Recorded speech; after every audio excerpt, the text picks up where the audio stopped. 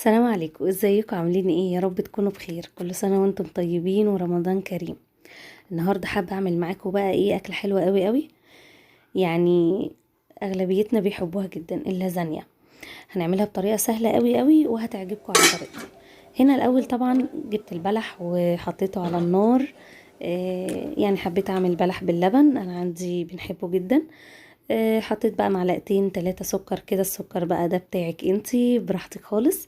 بس السكر ده بيخليها مظبوط كده وبيبقى مش مسكر قوي. طبعا عصقت كمية اللحمة اللي قبل رمضان وتجهيزات رمضان، وتظبطي الدنيا عندك عشان الموضوع يبقى سهل وما تاخديش وقت كتير في المطبخ، عشان تقدري بقى تصلي التراويح وتمسكي المصحف بتاعك، تقدري تنجزي شوية. فطلعت بقى كيس اللحمه المفرومه زي ما انتم شايفين، حطيت عليها معلقتين 3 صلصه.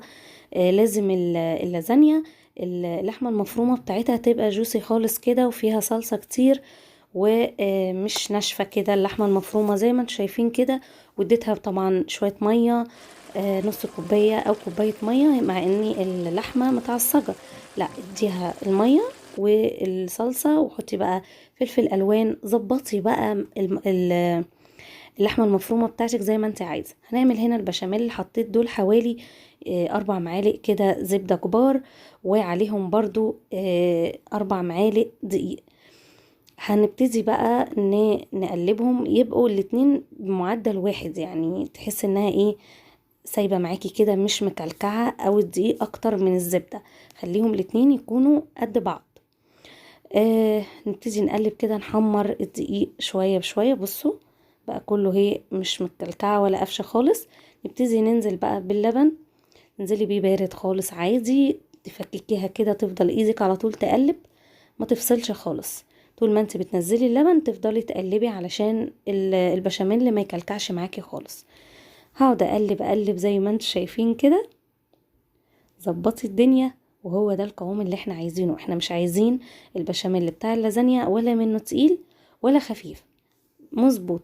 هتحطي بقى جبنة موتزاريلا عندك، جبنة شيدر، رومي مبشور، اي انواع جبن برضو بتخلي البشاميل جميل. وظبطي بقى الحياء بتاعك، ملح، بهارات، فلفل اسود. ظبطي الدنيا وقلبي. عايزة تحطي مرقة دجاج حطي، هتبقى معاكي بشاميل طعمه تحفة.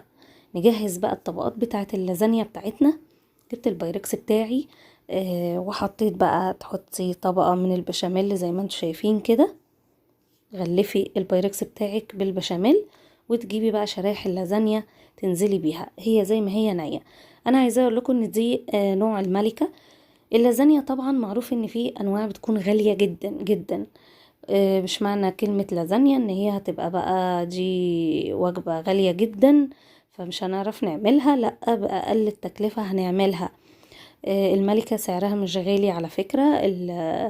يمكن هي ده حوالي نص كيلو. القالب اللي انتوا شفتوه دوت، الكرتونة دي بحوالي 15 جنيه على فكرة.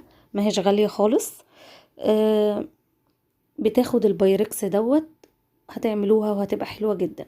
لازم طبعا انا حطيت طبعا بشاميل زي ما انتم شايفين الاول، وبعدين طبقة من اللازانيا، وبعدين لحمة مفرومة وعليها بشاميل فوق اللحمة المفرومة، وطبقة تانية من اللازانيا. لازم تطعمي الأكلة دي باللحمة المفرومة، والبشاميل يكون كتير، لأن هو ده اللي هيخلي شرايح اللازانيا تستوي معاكي في الفرن. هنعمل طبقة تانية من اللحمة المفرومة. بصوا عاملة ازاي، جوسي خالص وفيها سائل كده، ما تبقاش ناشفة. نحط تاني طبقة من البشاميل، وعملنا طبقة تالتة. بس هنا بقى في الطبقة التالتة دي انا حطيت بقى جبنة موتزاريلا في النص. براحتك بقى، عايزة تحطي ما بين كل طبقة جبنة موتزاريلا، ميكس جبن، زي ما انت عايزة حطي. ميزة الوصفة دي، حطي فيها اي حاجة هتبقى حلوة جدا جدا. حطيت برضو طبقة تانية من شرايح اللازانيا. ظبطي بقى الطبقات اللي انت عايزاها على قد القالب بتاعك اللي انت عاملاه. ونبتدي برضو ننزل بقى ايه بالبشاميل، كل كمية البشاميل. بصوا الرقات، بصوا عاملة ازاي، مش قادرة اقول لكم، كانت تحفة تحفة تحفة. هنا بقى انا دخلتها الفرن، وبعدين هنبتدي بقى نفرغ البلح باللبن.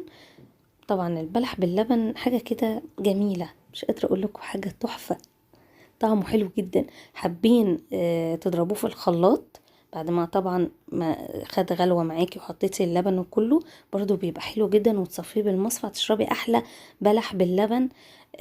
عصير كده جميل، حابين تاكلوه كده برضو جميل.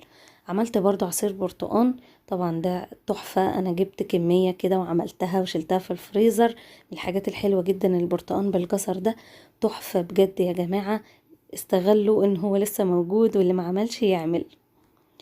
زي ما انتم شايفين كده عملت لهم عصير برتقان بالجزر، وعملت لهم البلح باللبن. وكان الفطار بتاعنا النهارده اللازانيا.